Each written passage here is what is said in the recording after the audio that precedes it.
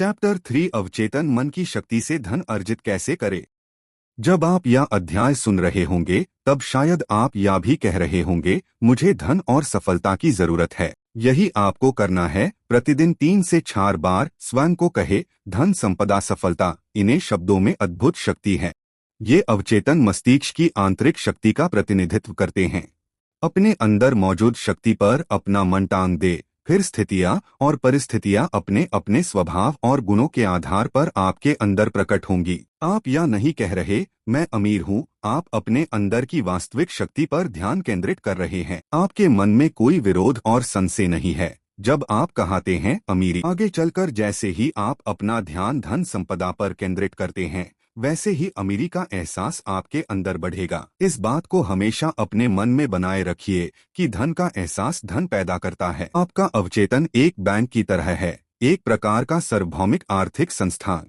जब कभी भी आप जो कुछ भी जमा करते हैं, चाहे वह अमीरी का विचार हो या गरीबी का, वह बढ़ता ही रहेगा। तो आप हमेशा अमीरी चुनिए। मैंने पिछले 35 वर्ष के दौरान कई व्यक्तियों से बात की है जिनकी सामान्य शिकायत होती है, मैंने सप्ताहों कहा है, महीनों कहा है, मैं अमीर हूँ, मैं समृद्ध हूँ, लेकिन कुछ नहीं हुआ है। मैंने पाया कि जब उन्होंने कहा मैं समृद्ध हूँ, मैं अमीर हूँ, तो उन्होंने अपने भीतर महसूस किया कि वह स्वयं से झूठ बोल रहे थे। एक व्यक्ति ने मुझे बताया, मैं दृढ़ता से स्वीकार करता गया कि मैं अमीर हूँ। आपकी स्वीकृति तभी ज्यादा सफल होती है जब यह विशिष्ट हो और जब यह कोई मानसिक विरोध अथवा विवाद ना पैदा करती हो। इसलिए इस व्यक्ति द्वारा कहे गए कथनों ने स्थिति को और खराब किया, क्योंकि उसके सुझावों में विश्वास की कमी थी। आपका अवचेतन उसी को स्वीकार करता है जिसे आप वास्तव में सच समझते हैं, केवल कोर शब्द अथवा वक्तव्य की तरह नहीं। प्रमुख विचार अथवा विश्वास को ही हमेशा अवचेतन मस्तिष्क स्वीकार। जब आप रात में सोने जाएं तो अपने मन में यह शब्द बार बार दोहराएं, समृद्धि, धीमे से, आराम से और एहसास के साथ। इसे बार बार कहें, एक लोरी की तरह इस एक शब्द को दोहराएं, धन, संपत्ति। आप इसके परिणाम से चकित रह जाएंगे। धन आपके पास तूफान की तरह झूमता हुआ आएगा। यह आपके अवचेतन मस्तिष्क के चमत्कार का अन्य उदाहरण है। जब आप यह अध्याय सुन रहे होंगे तब आप शायद यह कह रहे हैं कि जितनी तनख्वाह मुझे मिल रही है, मैं इससे ज्यादा पाने का अधिकारी हूँ। मेरा विश्वास है कि अधिकतर लोगों को कम प्रतिशत मिलता है। कई लोगों के पास ज्यादा धन इसलिए नहीं है क्योंकि वह चुप हैं अथवा खुलकर इसकी निंदा कर रहे हैं।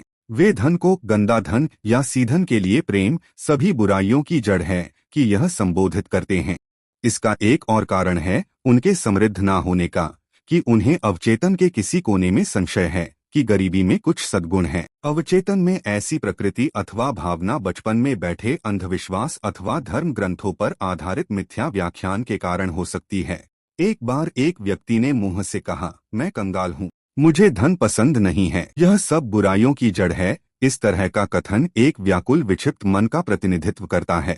सब कुछ त्याग करके बोल, धन से प्रेम आपको और असंतुलित और अव्यवस्थित बनाएगा। आप यहाँ पर अपनी शक्ति और अधिकार का समझदारी से उपयोग करने के लिए हैं। कुछ व्यक्ति शक्ति की इच्छा रखते हैं और कुछ धन की। यदि आप अपना पूरा दिल केवल धन के लिए यह कहते हुए रखेंगे, मुझे केवल धन चाहिए, मैं अपना पूरा ध्यान केवल धन एकत्रित करने में लगाऊंगा, मेरे लिए किसी और चीज की कोई महत्व नहीं है, तो आपको धन मिल सकता है और एक अकूत संपत्ति पा सकते हैं। लेकिन आप भूल गए हैं कि यहाँ आप एक संतुलित जीवन का नेतृत्व करने के लिए है। नेक्स्ट चैप्टर सुनने के लिए ऑडियो बुक से जुड़े रहे और लाइक, शेयर, सब्सक्राइब करना ना भूले। धन्यवाद।